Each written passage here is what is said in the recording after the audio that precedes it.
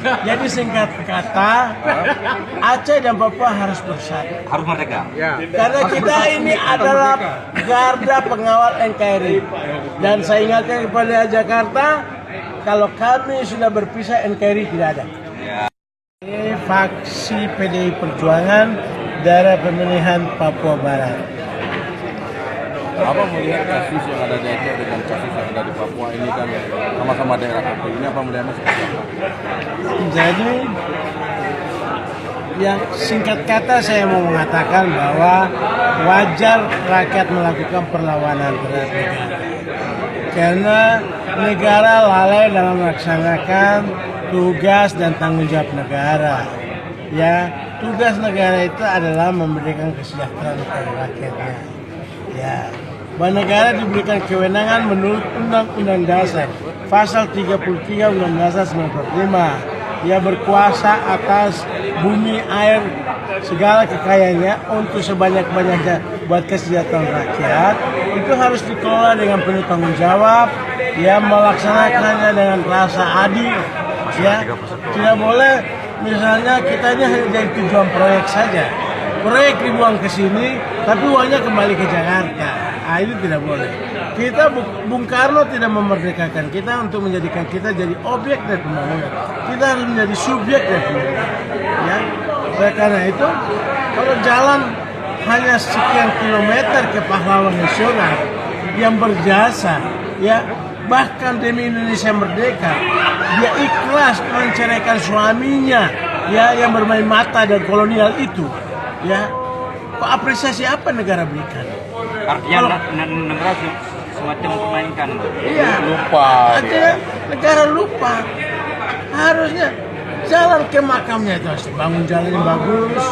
Itu bisa menjadi objek pariwisata, objek wisata buat generasi-generasi Aceh untuk menapak tirasi semangat, cita-cita, gagasan, idealisme seorang Cut Mutia berjuang melawan kolonialisme, gitu, ya.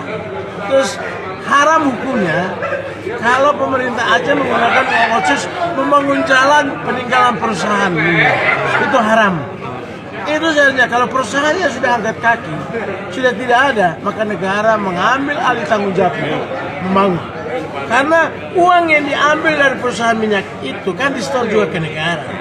Dan negara berkewajiban mengembalikan, itu ada kompensasi.